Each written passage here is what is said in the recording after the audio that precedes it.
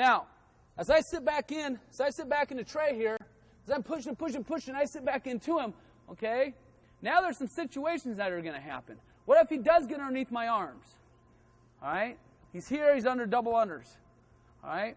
Again, the two most important things that I've got to have to get out from underneath is one is I've got to have hand control, and the other is I've got to have my hips underneath me.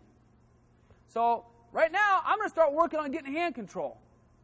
But all of a sudden, if I come up here and I start getting hand control, he starts sucking me back right to here. My hips aren't underneath me no more. So I've got to stop what I'm doing here, and I've got to walk my feet, my hips back up underneath me. Okay? You've got to be a smart wrestler. You've got to know your position and know when you're getting in trouble. All right? Before I even go to hand control in a specific spot, again, I don't really like to just stay square.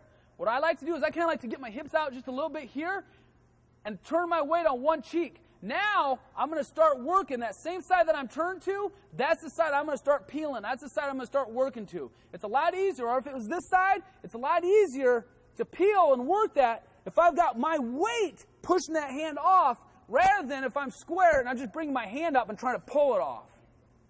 Okay? I'm here, boom, pushing. I'm going to push that hand down right there. Now, once I get this hand down here, now I can get my hips back underneath me here, 2-on-1. As I roll this 2-on-1 out, I want to make sure I roll it out enough to where I get my elbow inside of his elbow. Okay? Here to here. See, a lot of times, you see guys, they'll come to here and they'll just let go and they'll come to this one, and then this guy gets his arm right back underneath. They didn't clear the arm. You got to clear this arm. Again, I'm coming to here, pushing that down, bring my hips back underneath me, 2-on-1. At the same time, I'm extending his arm. I'm extending his arm, taking away any power that he might have. If I'm just here and holding it, he can still stay tight into me. I'm going to have a hard time clearing it. I want to extend it, get some area here where I can drop my own elbow down inside of his. Roll it out. Now when I let go, I've got the inside track. I'm going to beat him back. Now it's really simple. I go across to the other hand. Here to here, post, and then we're in the same situation we were in before. Hip heist up and out. Always come across and attack with a cross hand. Doesn't really matter to me if I come here first or here first. I'm always going to attack with a cross hand. I like to, when I teach kids, I like to say, pledge allegiance. Put your hand over your heart. Boom, right to there. Cross hand.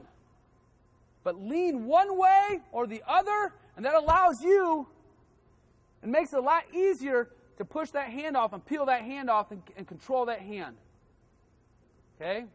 And again, it's just one at a time. You're not in a hurry trying to peel one-on-one. It'll never work. It'll never work on a good guy. If I come to here, they'll suck me back for sure. Now I don't have a post. Okay? That's the other good part about coming to here first. Now he's going to have a hard time sucking me back because I kind of got all my weight to one side and I've got a post. Now he's going to have a really hard time trying to suck me back versus me sitting here square and trying to come across cross-handed here and cross-handed here. Okay?